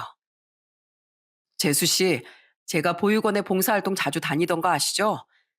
사실 봉사활동하면서 유독 눈에 들어오던 애가 한 명 있었거든요. 갓난아기 때 부모한테 버려져서 보육원에서 쭉 자랐는데 심리적인 요인 때문인지 선택적 함구증이라는 병에 걸려서 말을 잘 못하는 아이예요. 아예 말을 못하는 건 아니고 심리적인 불안감을 느끼는 특정 상황에서만 말을 못한다고 하더라고요. 제가 그 아이를 오래 보다 보니까 사랑으로 품어주고 싶다는 생각이 들어서요. 저희 와이프도 그 아이를 키우고 싶다고 했고요.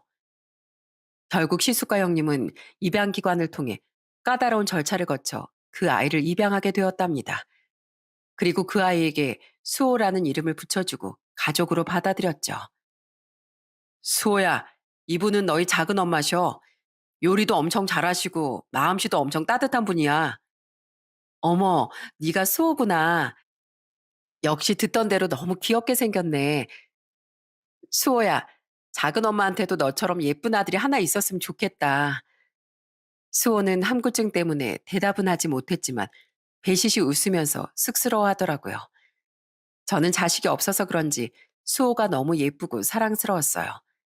그래서 형님이 수호를 시댁에 데리고 올 때마다 매번 같이 놀아주고 챙겨줬답니다. 형님도 그런 저한테 너무 고마워했어요. 동서, 나 사실 수호가 아직 말을 못해서 조금 답답할 때가 있었거든. 그런데 동서가 그런 것도 다 이해해주고 수호한테 말 한마디라도 따뜻하게 해주니까 내가 더 힘이 나네. 동서, 우리 수호 나중에 평범한 애들처럼 잘할 수 있겠지? 당연하죠. 그거 치료 못하는 병도 아니라면서요. 형님이랑 아주버님이 수호를 너무 예뻐하시니까 수호도 금방 마음을 열고 좋아질 거예요. 그러자 형님은 사랑으로 수호를 키우겠다며 방긋 웃더라고요. 그런데 형님의 그 결심은 그리 오래 가지 못했습니다. 형님이 수호를 입양한 지 2년쯤 됐을 때부터 점점 수호를 신경도 안 쓰기 시작하는 거예요. 명절 땐 수호를 봐야 된다는 핑계로 빈둥거리더니 정작 수호를 혼자 놀게 방치하고 있는 겁니다. 그래서 제가 형님한테 한마디 했더니 형님이 이러더라고요. 동서, 내가 보겠다는데 동서가 왜 참견이야? 말도 못하는 애랑 놀아주는 게 얼마나 힘든 건 줄 알아? 형님, 조용히 좀 얘기하세요. 그러다가 수호가 들으면 어쩌려고 그러세요. 아무리 말을 못해도 그렇지. 애는 혼자 놀게 놔두고 형님은 TV만 보고 있는 게 놀아주는 거예요? 그럴 거면 차라리 제가 수호랑 놀아줄 테니까 형님이 음식을 하세요. 저는 어릴 때 방치당한 경험이 있어서 그런지 수호를 볼 때마다 가슴이 너무 아팠어요. 게다가 형님은 그때 당시에 시숙이랑 부부싸움을 자주 했다고 들었는데 스트레스를 푼다는 핑계로 수호를 집에 혼자 놔두고 밖에 놀러 갈 때도 많은 것 같더라고요. 저로선 도저히 이해할 수가 없었죠. 그런데 또 어느 날은 제가 시댁에 갔는데 마침 형님도 수호를 데리고 시댁에 온 거예요. 그런데 형님이 먼저 와 있는 저를 보고 이러는 겁니다. 어? 동서도 와 있었네. 마침 잘 됐다. 안 그래도 내가 오늘 약속이 있어서 어머님한테 수호 좀 맡기고 나갔다 오려고 했거든. 동서가 수호랑 잘 놀아주니까 어머님 대신에 동서가 좀 봐주면 되겠네. 그럼 난 나갔다 올 테니까 동서가 우리 수호 알아서 좀 챙겨줘. 형님은 그렇게 자기 할 말만 하더니 쌩 하고 현관문 밖으로 나가버렸어요. 저는 너무 어이가 없어 코웃음만 나오더라고요. 그래서 수호를 데리고 뭐 하면서 놀까 고민하고 있었는데 수호가 시무룩한 표정으로 배를 만지작거리고 있는 거예요. 저는 설마 하는 마음에 수호한테 이렇게 물었어요. 수호야, 너 혹시 배고프니? 집에서 밥 안 먹었어? 그러자 수호는 말없이 고개를 끄덕이더군요. 세상에 놀러 나가면서 애 밥도 안 챙겨주고 나가다니 형님의 무책임한 태도에 너무 화가 나더군요. 저는 곧장 부엌으로 가서 수호가 좋아할 만한 햄과 계란 후라이를 부쳐서 밥을 차려줬답니다. 허겁지겁 밥을 먹는 수호를 보고 어릴 때 엄마 없이 혼자 밥 먹던 제 모습이 떠올라 가슴이 찡했어요. 그 이후에도 전 수호를 데리고 놀이공원도 자주 가고 맛있는 것도 사주면서 재밌게 지냈답니다. 형님은 이제 아예 가정에는 관심도 없는 건지 제가 가족끼리 외식을 하자고 해도 시숙이랑 수호만 둘만 나오더라고요. 저는 저라도 더 많이 챙겨줘야겠다는 생각에 고기를 구워 잘게 잘라 수호의 밥에 올려줬어요. 수호야, 너 돼지갈비 좋아하지? 작은 엄마가 맛있게 구워봤으니까 한번 먹어봐. 체할 수도 있으니까 꼭꼭 씹어 먹어야 돼. 알겠지? 그러자 시숙이 흐뭇하게 웃으면서 저한테 이러더군요. 아이고, 재수 씨가 저희 와이프보다 낫네요. 누가 보면 재수 씨가 우리 수호 엄마인 줄 알겠어요. 시숙은 웃으며 말했지만 그 얼굴에서 왠지 모르게 씁쓸한 느낌이 느껴지더라고요. 그런데 얼마 후 시숙이 울면서 저희 남편한테 전화를 한 적이 있었어요. 놀란 남편이 시숙네 집에 갔다 왔는데 제가 무슨 일이냐고 물어보니까 이렇게 대답하더라고요. 아휴, 우리 형이 형수님이랑 살면서 많이 힘든가 봐. 형이 웬만한 건 다 웃고 넘기는 성격인데 이렇게 술 먹고 집안을 난장판으로 만들 정도로 힘들어하는 거 보니까 내가 다 마음이 아프네. 알고 보니까 시숙의 사업이 어려워지면서 형님이랑 하루가 멀게 싸우고 있는 것 같더라고요. 남편은 시숙을 잘 달래주고 왔으니 당분간 괜찮을 거라며 저보고 걱정하지 말라고 했어요. 하지만 남편의 예상과는 다르게 시숙의 속은 돌이킬 수 없을 정도로 이미 썩어 문드러졌었나 봅니다. 얼마 안 가 시숙이 극단적인 선택을 하고 말았거든요. 시숙이랑 콩 한 쪽도 나눠 먹을 정도로 우애가 깊었던 저희 남편은 그만 주저앉고 말았어요. 형, 도대체 얼마나 힘들었던 거야? 그 정도로 살기 힘들었으면 나한테 얘기를 했어야지. 저 역시 저한테 무척 잘해주던 시숙이 그렇게 떠나고 나니까 가슴이 미어지더라고요. 그런데 남편이랑 같이 시숙의 유품을 정리하다가 시숙이 왜 그런 선택을 했는지 알게 되었습니다. 유언처럼 써놓은 시숙의 일기장을 발견했거든요. 오늘도 와이프는 50만 원 가지고 누구 입에 풀칠하냐면서 막말까지 하는데 정말 죽고 싶은 심정이다. 와이프 말대로 난 정말 무능력한 똥차에 조도 안 가지 쓰레기인 걸까? 와이프가 나한테 모진 말을 하고 소리 지를 때마다 쥐구멍이라도 숨고 싶은 기분이 든다. 이런 내가 뭐가 잘났다고 저 불쌍한 수호를 데려왔는지 제대로 된 아빠 역할도 못하는 내 자신이 너무 원망스럽다. 이대로 떠나버리면 모든 게 조용히 끝날 수 있을까? 형님은 입에도 담지 못할 막말을 그동안 시숙한테 내뱉으며 괴롭혔더군요. 저와 남편은 그 일기를 보고 머리 끝까지 화가 나 도저히 참을 수가 없었어요. 그래서 당장 형님을 찾아갔습니다. 남편은 형님을 보자마자 뺨을 사정없이 때려버리더군요. 아! 지금 뭐 하는 거야? 서방님, 미쳤어요? 왜 남의 뺨을 때리고 난리예요? 뭐? 미쳤냐고? 그래, 나 미쳤다. 사랑하는 내 형이 당신 때문에 죽어버렸는데 안 미치고 배기겠어? 당신이 우리 형 죽게 만들었잖아. 돈 못 벌어온다고 온갖 막말이랑 쌍욕을 하면서 우리 형 자존심을 박살내버렸잖아. 참나? 아니, 그게 왜 나 때문이야? 남자가 돼서 그 정도도 못 버티면 어떻게 살아? 뭐라고? 그게 형이랑 결혼한 당신이 할 소리야? 우리 형이 사업하다 잘 안 돼서 힘들어하면 당신이 옆에서 힘을 북돋아 줬어야지. 그런데 어떻게 우리 형한테 그런 짓을 해? 당신이 얼마나 심하게 했으면 우리 형이 그렇게 예뻐하던 수호까지 버려두고 가버리겠냐고. 내가 왜 같이 버텨야 되는데? 내가 사모님 노릇하면서 떵떵거리면서 살려고 사업하는 남자랑 결혼한 거지. 구질구질하게 허리띠 졸라가며 살려고 그 인간이랑 결혼한 줄 알아? 저는 적반하장으로 나오는 형님을 보고 너무 화가 났어요. 그래서 형님한테 이렇게 소리쳤답니다. 형님, 진짜 해도 해도 너무하시네요. 형님 예전엔 아주버님이랑 잘 지내셨잖아요. 그래서 아주버님이랑 행복한 가정 이루고 살려고 수호도 입양한 거 아니었어요? 애까지 있으면 힘들어도 더 많이 참으셨어야죠. 왜 아주버님을 그렇게 극단적으로 몰고 가냐고요. 형님은 아주버님이 돌아가신 게 슬프지도 않아요? 아빠 없이 살 우리 수호가 불쌍하지도 않냐고요. 아니, 동서까지 왜 난리야? 내가 이 마당에 수호까지 챙겨야 돼? 어차피 내 애도 아니잖아. 난 이왕 이렇게 된 거 차라리 잘 됐다고 생각해. 안 그래도 말 못하는 애 데려다가 키우는 거 엄청 답답했거든? 이참에 그냥 수호는 파양하고 내 인생 찾아야겠어. 뭐라고요? 지금 그게 엄마로서 할 소리예요? 애를 데려왔으면 책임지고 키울 생각을 해야죠. 내가 왜? 사람 마음이 변할 수도 있는 거 아니야? 아무튼 나 못 키워. 남편도 없는데 나 혼자 어떻게 키우라고? 그렇게 수호가 불쌍하면 동서가 데려가서 키우던지 아니면 어머님한테 맡기던지 알아서 해. 안 그러면 내가 그냥 확 파양하고 고아원에 보내버릴 테니까. 형님은 그렇게 말하고선 뒤도 안 돌아보고 가버리더군요. 아무리 본인이 배 아파서 낳은 아이가 아니라지만 어떻게 저렇게 무책임할 수가 있는지 이해가 되질 않았어요. 친부모한테서도 버림받은 수호가 이번에 또 부모한테 버림받을 걸 생각하니까 제 가슴이 찢어지는 것 같더라고요. 부모한테서 버림받은 심정은 누구보다도 제가 잘 알고 있었으니까요. 그래서 저는 몇 날 며칠 고민을 하다가 남편에게 수호를 입양하자고 제안했습니다.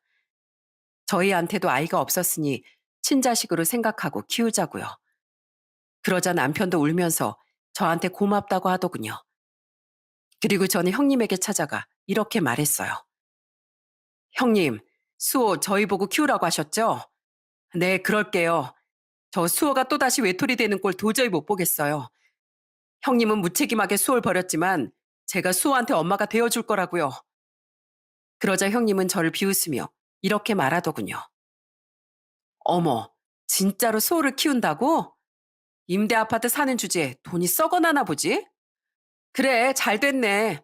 말도 못하는 애 어디 한번 데려가서 훌륭하게 한번 키워봐. 동서도 아마 몇 년 못 버티고 나처럼 파양한다는 소리 나오게 될걸? 아니요, 절대 그럴 일 없어요. 저는 수호가 말을 할 수 있도록 치료도 열심히 받게 하고 사랑으로 대해줄 거고요. 설사 치료가 안 된다고 해도 평생 수호의 엄마로 지켜주며 살 거예요. 그러니까 형님은 앞으로 수호 앞에 나타나지도 말고 연락도 하지 마세요. 애한테 두 번 다시 상처 주지 마시라고요. 아시겠어요? 그렇게 저는 법적인 절차를 거쳐 8살이던 수호를 정식으로 입양하게 되었습니다. 그리고 수호를 집에 데려와 이렇게 얘기했어요. 수호야, 앞으로 작은 엄마가 너의 엄마가 될 거야. 네가 너희 엄마 아빠랑 잠깐 같이 살았던 건 우리 집에 오기 위해서 잠깐 연습한 거란다. 그러니까 이젠 우리를 엄마 아빠라고 생각하고 편하게 지내면 돼. 알겠지? 수호는 울먹이며 고개를 끄덕이더군요. 어린 나이였지만 아빠가 죽고 엄마가 자기를 버렸다는 사실을 아는 것 같았어요. 저는 그런 아이가 너무 안쓰러워서 꼭 끌어안고 한참이나 다독였답니다. 이후 저는 걱정되는 마음에 학교 상담부터 갔는데 다행히 학교에선 친구들과 얘기를 잘한다고 하더군요. 부모한테 버려질까봐 불안해하는 마음 때문에 가족들과 있을 때만 말을 안 하는 거였어요. 저는 수호를 맡게 되자마자 심리치료도 꾸준히 받게 해 지극정성으로 키웠습니다. 그리고 병원에만 의지하면 안 된다는 생각으로 집에서도 수호를 위해 할 수 있는 노력을 최대한으로 했어요. 저는 수호에게 예쁜 노트를 하나 사다 주고 이렇게 얘기했답니다. 수호야, 우리 수호 글씨 잘 쓰지? 앞으로 엄마랑 얘기하고 싶은 게 있으면 이 노트에다가 쓰면 돼. 그리고 하루에 한 가지씩 우리 수호가 먹고 싶은 거랑 하고 싶은 거 여기다가 써보는 거 어때? 그럼 엄마가 수호가 쓴 거 그대로 해줄게. 어때? 재밌을 것 같지 않아? 그 후 수호는 제 말대로 매일 한 가지씩 원하는 걸 노트에 쓰기 시작했습니다. 삐뚤빼뚤한 글씨로 쓴 그 내용들을 보면서 너무 귀엽다는 생각이 들더라고요. 우와, 우리 수호가 엄마가 만들어주는 달고나가 먹고 싶었구나. 그래, 그럼 당연히 해줘야지. 수호야, 잠깐만 기다려봐. 알았지? 저는 달고나를 만들다가 국자 하나를 태워 먹었는데도 수호가 맛있게 깨물어 먹는 그 모습을 보고 너무 흐뭇하더라고요. 이렇게라도 원하는 걸 해줄 수 있어 정말 다행이라는 생각이 들었습니다. 저는 그 이후에도 수호가 노트에 쓴 대로 놀이터에서 같이 그네도 타주고 재료를 준비해 김밥도 같이 싸보고 남편이랑 셋이서 손잡고 공원에도 놀러 갔답니다. 남편도 수호가 마음을 열 수 있도록 옆에서 많이 도와줬어요. 그런데 제가 수호를 키우기 시작한 지 1년이 지났을 때였어요. 그전엔 그렇게 노력해도 임신이 안 됐었는데 뜬금없이 아이가 생기고 말았습니다. 그런데 제가 딸을 낳고 나자 수호는 또다시 버려질 거라는 불안감이 있었는지 딸의 볼을 꼬집는 등 심술을 부리기 시작하더라고요. 저는 그런 수호가 마음을 풀 수 있게 이렇게 말해줬답니다. 수호야, 엄마 아빤 세상에서 우리 수호를 제일 사랑한단다. 그런데 이제 동생이 태어났으니까 동생도 수호만큼 똑같이 사랑하는 거야. 동생이 태어났다고 해서 너를 덜 사랑하거나 미워하는 일은 절대 없어. 너희 둘은 똑같이 내 자식들이니까. 그리고 우리 수호 이제 멋있는 오빠잖아. 오빠면 동생을 괴롭히는 게 아니라 지켜줘야지. 우리 수호 그렇게 해줄 수 있지? 엄마 아빠 믿어주고 동생한테도 잘해줄 수 있지? 제가 그렇게 말하자 수호는 제 품에 아기처럼 안겨 고개를 끄덕이더군요. 저는 그 이후에도 수호에게 몇 번이나 우리는 영원히 너랑 함께 할 거라고 약속했어요. 그렇게 수호를 가슴으로 품고 노력하다 보니 점차 수호의 상태가 나아지기 시작하더군요. 전보다 웃는 날이 점점 많아지기 시작하더니 수호가 13살 땐 저에게 처음으로 엄마라고 부른 거예요. 저는 너무 깜짝 놀라서 수호에게 이렇게 되물었습니다. 수호야, 너 방금 뭐라고 했어? 너 지금 엄마라고 한 거야? 어? 진짜 그런 거야? 네, 엄마. 말도 안 돼. 수호 네 입에서 엄마라는 말이 나오다니. 아, 우리 수호 너무 장하다. 엄마를 믿고 마음을 열어줘서 정말 고마워. 저는 그날 너무 큰 감동에 수호를 끌어안고 한참이나 울었답니다. 비록 엄마라는 단어 하나를 내뱉었을 뿐이지만 저한텐 잊지 못할 순간이었어요. 그런데 한 번 말이 트이기 시작하니까 빠르게 상태가 좋아지기 시작하더군요. 나중엔 한 단어가 아니라 문장 단위로 말하기 시작했고 중학생 땐 저한테 이런 말까지 했어요. 엄마, 저 키워주셔서 고맙습니다. 앞으로 엄마한테 효도하면서 살 거예요. 수호한테 그 말을 들었을 땐 세상을 다 가진 듯 너무 행복했어요. 그 이후 수호는 점점 성격도 밝아지고 학교 끝나고 오면 학교에서 있었던 일을 저한테 제잘제잘 말할 정도로 좋아졌답니다. 게다가 동생도 잘 챙기고 의젓한 오빠가 되어 있었어요. 저는 수호가 고등학생일 때 이제 딸도 초등학교에 들어갔으니 일을 해야겠다는 생각이 들었습니다. 그래서 그때부터 콩나물 국밥집에서 일을 하기 시작했어요. 그렇게 시간이 흐르고 어느덧 대학을 졸업한 수호는 28살에 대기업에 취업을 하게 되었습니다. 저희 가족은 너무 기쁜 마음에 맛있는 음식을 잔뜩 차려놓고 축하 파티까지 했어요. 수호야, 이렇게 좋은 직장에 들어가게 된 거 너무 축하한다. 엄마가 없는 형편에 너한테 많은 걸 해주지도 못했는데 이렇게 혼자서도 뭐든지 잘해주니 너무 고맙구나. 에이, 엄마가 많은 걸 못해주긴 뭘 못해줘요. 이 정도 해줬으면 충분히 차고도 넘치게 잘해주신 거죠. 그런 의미에서 제가 엄마 아빠한테 노래 하나 불러드려도 될까요? 어머, 이 기쁜 날에 노래까지? 그럼 우리야 좋지. 그러자 수호는 숟가락을 마이크 삼아 노래를 부르기 시작하더군요. 우린 늙어가는 것이 아니라 조금씩 익어가는 겁니다. 수호는 그렇게 노래를 한 소절 부르더니 저랑 남편한테 이렇게 얘기하더군요. 요즘에 엄마 아빠 머리에 흰머리가 하나씩 나는 거 볼 때마다 이제 두 분도 나이 드셨구나 하는 생각이 들어요. 그런데 그거 아세요? 사람은 이 가사처럼 늙어가는 게 아니라 조금씩 익어가는 거래요. 저도 엄마 아빠처럼 훌륭한 어른으로 익어가고 싶어요. 저는 그 말에 너무 감동받아서 그만 눈물을 주르륵 흘리고 말았답니다. 그런데 그때 고등학생이던 저희 딸이 웃으면서 이렇게 말하더라고요. 오빠, 그런 말을 어디서 배웠어? 너무 멋있는 거 아니야? 노래로 감동 줬으니까 이번엔 춤도 한번 춰봐. 오빠 막춤 엄청 웃기게 잘 추잖아. 유리야, 아이 오빠가 진지한 얘기하는데 까불거리면 안 되지. 치, 엄마 맨날 오빠만 예뻐하더라. 그런데 솔직히 나 같아도 오빠만 예뻐할 것 같아. 우리 오빠가 엄마랑 아빠한테 워낙 잘하잖아. 딸이 그렇게 말하자 순식간에 웃음바다가 되고 말았어요. 다른 집들은 남매끼리 싸우기도 한다던데 저희 애들은 싸움 한 번 안 하고 사이좋게 자라준 게 너무 고맙더라고요. 그런데 아들은 저희 딸이 대학에 들어갈 때가 되자 자기가 등록금을 내주고 싶어 하더라고요. 그래서 저는 아들한테 이렇게 말했습니다. 에휴, 유리 등록금을 네가 왜 내줘? 그건 부모인 우리가 내줘야지. 왜요? 제가 오빠인데 내줄 수도 있죠. 저 대기업 다녀서 월급도 빵빵하게 받거든요. 그러자 저희 딸이 옆에 다가와선 웃으며 이렇게 말하더군요. 오빠, 그럼 나 등록금 말고 선물이나 사주라. 나 사고 싶은 거 있단 말이야. 오늘 나랑 같이 쇼핑 좀 가주면 안 돼? 쇼핑? 아이, 당연히 가줘야지. 갖고 싶은 게 뭔데? 지갑? 아니면 가방? 이참에 미용실에 가서 머리도 한번 해줄까? 우와, 진짜로? 아싸, 신난다. 역시 우리 오빠가 최고라니까. 딸은 신나선 아들의 팔짱을 끼고 집 밖으로 나가더군요. 저는 그 모습을 보고 너무 흐뭇해서 저절로 미소가 지어졌어요. 그렇게 저희 가족은 서로서로 아껴주고 배려해주며 행복하게 지냈답니다. 그런데 항상 좋은 일만 있는 건 아니더라고요. 저희 아들이 30대 중반쯤 되었을 때 남편이 교통사고로 다리를 다치고 말았거든요. 수술을 하긴 했는데 제대로 걷지 못하는 상태가 되는 바람에 더 이상 일을 할 수 없게 되었어요.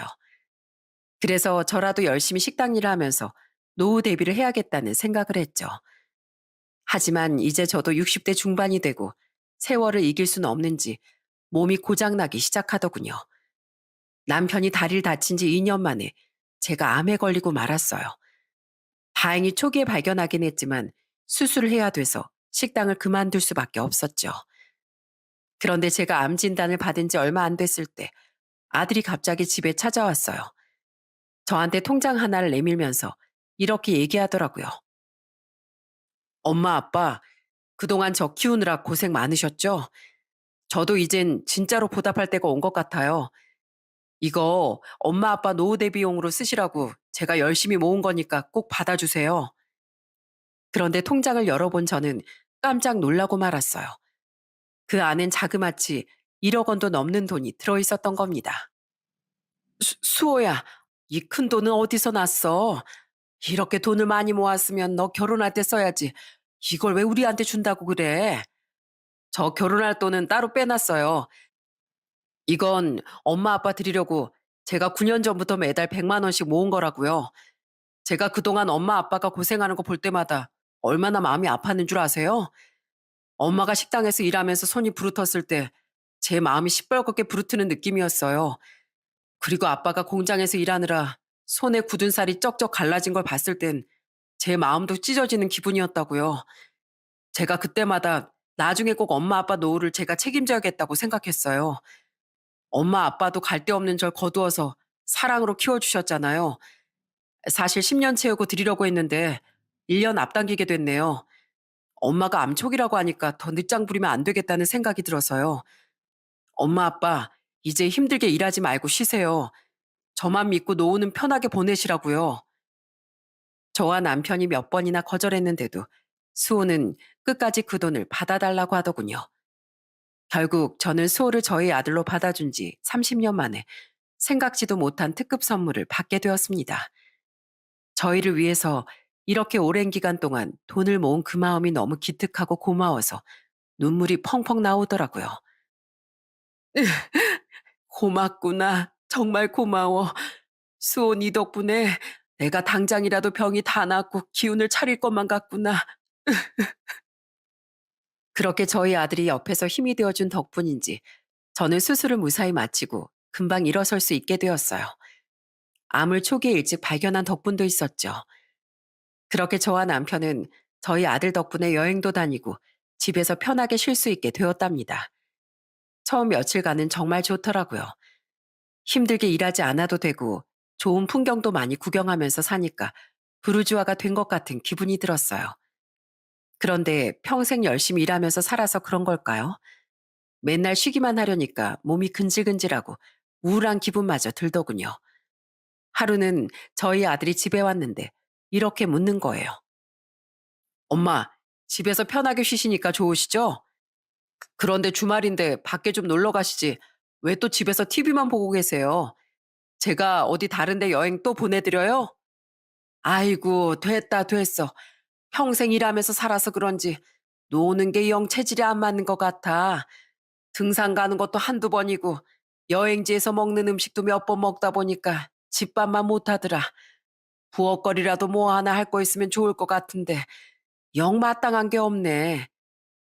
그런데 그 말을 하고 나서 한 달쯤 지났을 때였어요.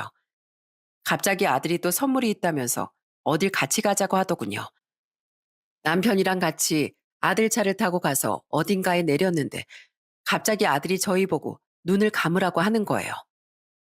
눈을 감으라고? 아이 도대체 무슨 선물이길래 그래? 에이 깜짝 선물이니까 얼른 눈 감으세요.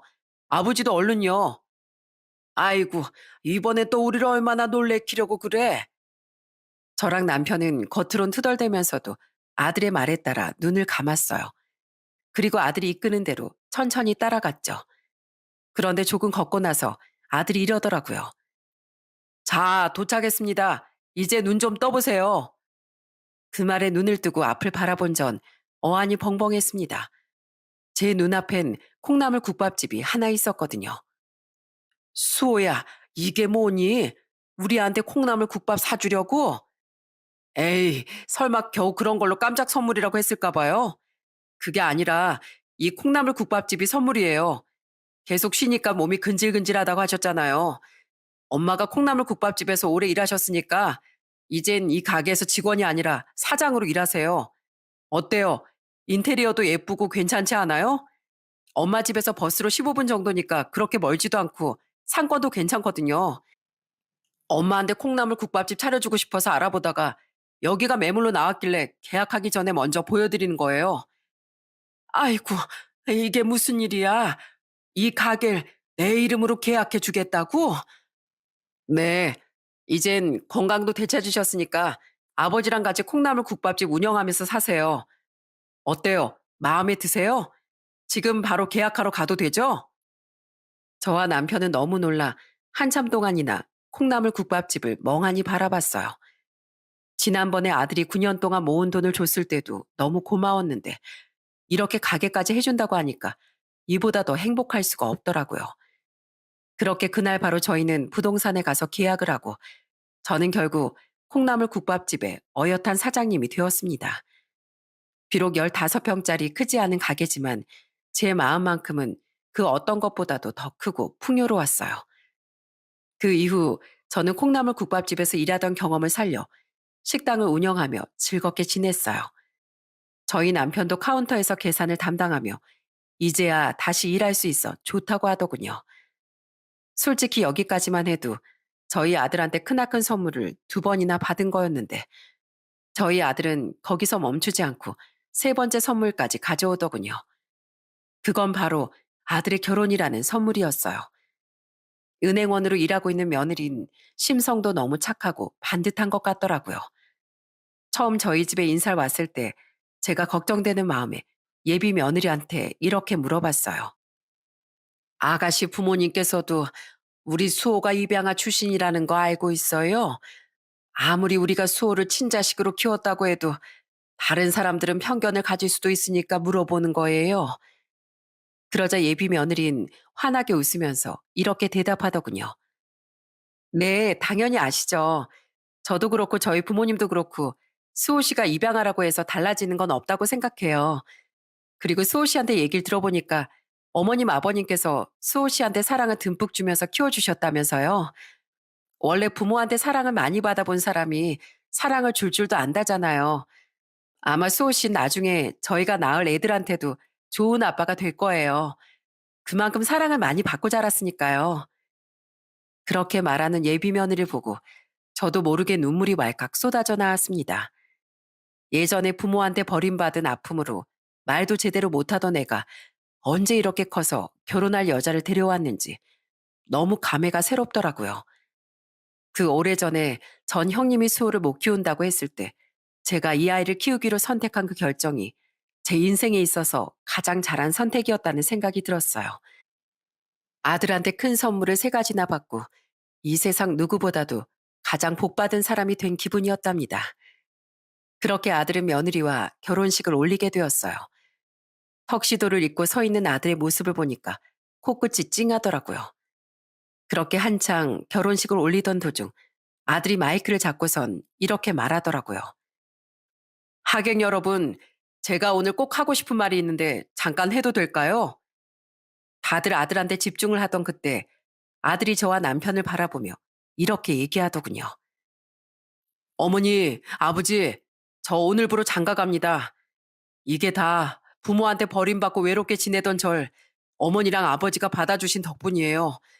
두 분이 저를 사랑으로 거두어 주시지 않으셨다면 저는 평생 말도 제대로 못하고 사회생활도 못하는 사람으로 자랐을 거예요. 어머니, 아버지, 이제는 저도 결혼하고 진정한 어른이 되었으니 이제부터 두 분은 제가 책임지고 보살펴 드릴게요.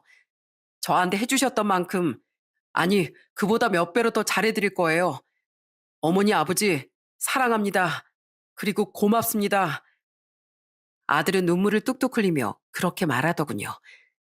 저는 너무 감격스러워서 옆에 앉은 남편과 끌어안고 눈물을 쏟아내고 말았어요. 아들과 며느린 그런 저희한테 와서 큰절까지 올리더라고요. 결혼식장에 왔던 다른 하객들도 코를 훌쩍이며 우는 소리가 예식장을 가득 채웠답니다. 그렇게 아들은 며느리와 결혼식을 올리고 1년이 지난 지금까지 한 번을 싸우지 않고 잘 지내고 있답니다. 저희 부부가 운영하는 콩나물 국밥집에도 자주 놀러 오고 있어요. 이제는 30살이 넘은 저희 딸도 아들이 잘 사는 모습을 보면서 얼른 결혼하고 싶다고 하더군요. 여러분, 저는 다시 옛날로 돌아간다고 해도 또다시 수호를 입양할 거랍니다. 비록 저는 친부모한테 버림받고 불행한 세월을 살았지만 우리 수호한텐 진정한 가족이 되어줄 수 있어 너무 행복하거든요.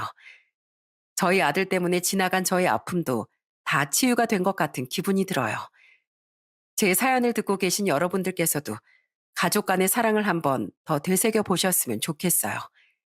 그게 피로 이어진 가족이든 아니면 저처럼 가슴으로 이어진 가족이든 어쨌든 세상에서 가장 가까운 사람이 바로 가족이잖아요.